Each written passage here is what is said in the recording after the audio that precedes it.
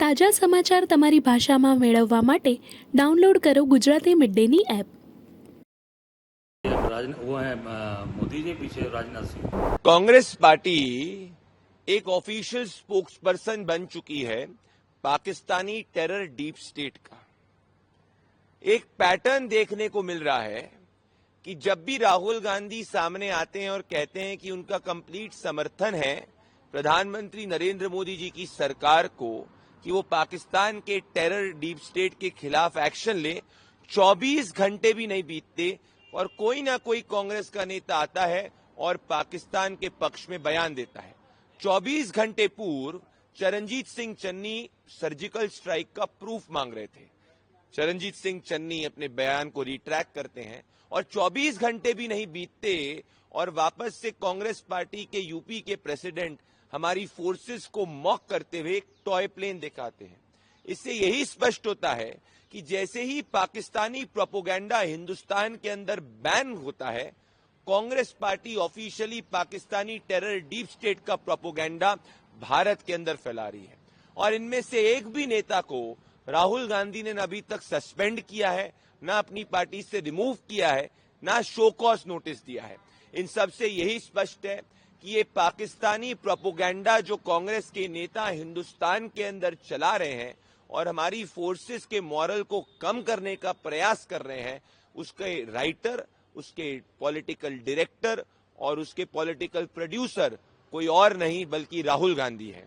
आज वापस से ये स्पष्ट हो चुका है कि कांग्रेस पार्टी एक एंटी नेशनल पार्टी है। जहां उसको देश में एकजुटता दिखानी चाहिए थी, जहां उसको पाकिस्तान के आतंक के खिलाफ बोलना था, आज कांग्रेस के नेता पाकिस्तानी मीडिया और पाकिस्तानी टेरर डीप स्टेट में हीरो बने हुए हैं। और आज पाकिस्तान के टेरर डीप स्टेट आईएसआई की कोई अगर स्पोक्सपर्सन बनती हुई दिख रही है तो वो कांग्रेस पार्टी और कांग्रेस के नेता है। मैं राहुल गांधी को कहना चाहता हूं, अगर उनकी नीति और नीयत साफ है तो इन सभी नेताओं को या तो शो कॉज नोटिस दीजिए या कांग्रेस पार्टी से हटाइए। अगर कांग्रेस ऐसा नहीं करती तो ये स्पष्ट हो जाएगा कि कांग्रेस पार्टी ऑफिशियली पाकिस्तान के एजेंडे को चला रही है, ना देश हित में बात कर रही है। कांग्रेस को अपना नाम बदलकर पाकिस्तानी कांग्रेस कर देना चाहिए, क्योंकि वही उसकी नीति और नीयत है। Congress today has proven that it does not stand with the people of India, it does not stand with our forces, it stands with the narrative, agenda, propaganda of Pakistani terror deep state. Our forces will give a befitting reply to the Pakistani terror deep state. As rattled as Pakistan, comparatively similarly are the Congress leaders who are domestically rattled. INC का नाम बदलकर, Indian national Congress का नाम बदलकर ANC anti national Congress बना देना चाहिए। All party meeting में ये आकर कहेंगे कि हम देश के साथ है, सेना के साथ है, हम राष्ट्र नीति और राष्ट्र सुरक्षा के साथ है। और ऑल पार्टी मीटिंग के बाहर जाकर राहुल गांधी के इशारे पर वोट बैंक नीति को राष्ट्र नीति के ऊपर रखकर कभी पाकिस्तान की पैरवी करेंगे, कभी पाकिस्तान को पहलगाम पर क्लीन चिट देंगे, कभी इस्लामिक जिहाद की लीपापोती करेंगे। और अब तो सेना के मनोबल पर सीधा हमला राहुल गांधी और सोनिया गांधी के इशारे पर किया जा रहा है। एक के बाद एक जो बयान आए हैं पाकिस्तान को क्लीन चिट देने के लिए, रॉबर्ट वाड्रा से लेकर सिद्धरमैया, तारिक कर्रा से लेकर जिस प्रकार से सैफुद्दीन सोज ने बयान दिया, दिनेश गुंडूराव ने बयान दिया, जिस प्रकार से कांग्रेस के सोशल मीडिया के हैंडल से सरतन से जुदा करने वाला पोस्टर छपा, किसी पर कार्रवाई नहीं हुई है। और अब ऑफिशियल प्रेस वार्ता में चन्नी जी, जो राहुल गांधी के सबसे खास माने जाते हैं, वो आकर कहते हैं सर्जिकल स्ट्राइक हुआ, इसका प्रमाण कहां है? ये प्रूफ तो हम हमेशा मांगते रहते हैं। सेना ने अनाउंस किया था। मतलब आज जब पूरा देश ये मांग कर रहा है और सेना के साथ खड़ा है कि आतंकवादियों को कड़ी से कड़ी सजा मिले, जैसे सर्जिकल स्ट्राइक हुआ था, बालाकोट एयर स्ट्राइक हुआ था, वैसे आतंकियों की जमीन को मिट्टी में मिलाया जाए, तो कांग्रेस पार्टी सेना के मनोबल पर चोट कर रही है। ये कोई संयोग नहीं है, ये कोई प्रयोग भी नहीं है, ये कांग्रेस का पाकिस्तान को सहयोग है। राहुल गांधी ने तो बोला ही है कि इंडियन स्टेट के खिलाफ मुझे लड़ना है।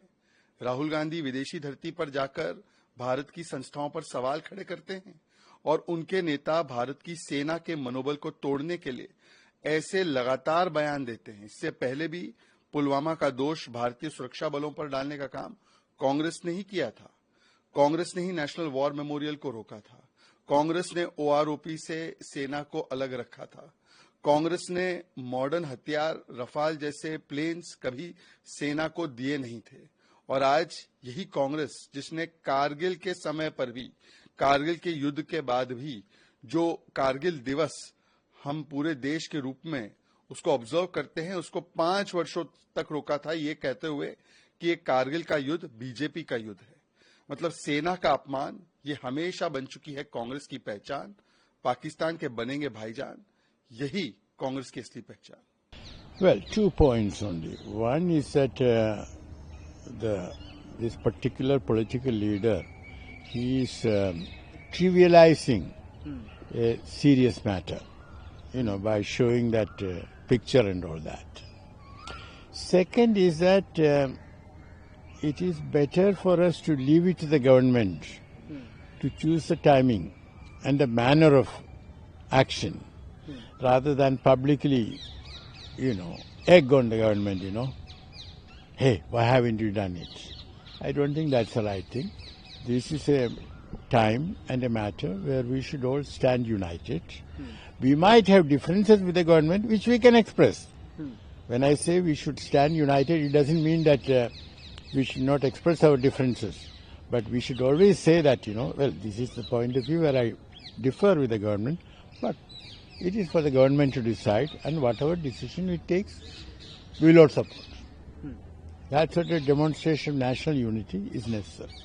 कांग्रेस पार्टी और अजय राय कोई भी हद तक जा सकते हैं मीडिया अटेंशन के लिए, बयानबाजी करते हैं। 2019 में भी बालाकोट के समय उन्होंने सवाल प्रश्न चिन्ह उठाया। जब उनको विश्वास ही नहीं कोई सरकार के ऊपर, तो वो कोई भी हद तक गिर सकते हैं। जब भारत सरकार मोदी जी के नेतृत्व में एक मुंह तोड़ जवाब देगी, तब उनकी बोलती बंद पड़ेगी। तब तक वो खिलौना के साथ खेलते रहें, हम हमारा काम करते रहेंगे। आज जब पूरा देश खड़ा है आदरणीय प्रधानमंत्री जी के साथ, वहां उद्धव ठाकरे का हिंदुत्व ये है कि वो यूरोप में जाके वेकेशन मनाएं।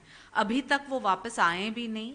कोई सक्रिय नेता जो जनहित में काम करते हैं, जब ऐसी आपत्ति पड़ती है तो वो अपने लोगों के लिए खड़े रहते हैं।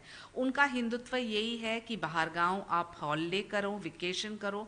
हमारा हिंदुत्व है कि हम एक मुंह तोड़ जवाब दें उन लोगों को जो भारत को अस्थिर करना चाहते हैं। और उसी विश्वास के साथ शिवसेना के नेता एकनाथ जी शिंदे स्वयं गए थे पहलगाम, और उन्होंने जितने भी मराठी परिवार हैं सभी को ये विश्वास जताया कि ये सरकार एक मुंहतोड़ जवाब देगी। कौन है संजय राउत जी? वो हर सुबह तो बड़बड़ी करते हैं और आरोप पे आरोप लगाते हैं। हमारी सरकार वो सरकार है जो देते हैं और हम लेते नहीं, जैसे कि उनके ऊपर इतने सारे भ्रष्टाचार के आरोप रहे हैं। 7,500 हमारी लाडकी बहन के बैंक अकाउंट्स में डायरेक्ट ट्रांसफ़र इन एडवांस ये सरकार ने दी। जो चेक्स एंड बैलेंसेस है कि किसको मिलना चाहिए किसको नहीं, स्वाभाविक रूप से सरकार उसके ऊपर थोड़ा विचार कर रही है, लेकिन इसका मतलब नहीं है कि कोई स्कीम हमने कैंसिल किया है। जिस उदारता के साथ आदरणीय एकनाथ जी शिंदे ने लाडकी बहन योजना के निमित्त इतने सारे महिलाओं को मदद किया, आपने उसको नज़रअंदाज किया। जब आपने 1 रुपया नहीं दिया, बल्कि आपने सिर्फ लिया, और आपको पता है भ्रष्टाचार के आरोप कहाँ से शुरुआत होती है उसकी। સબસ્ક્રાઇબ કરો Gujarati mid day. Bell icon પર ક્લિક કરીને મેળવો તમામ વિડીયોના ડાયરેક્ટ નોટિફિકેશન.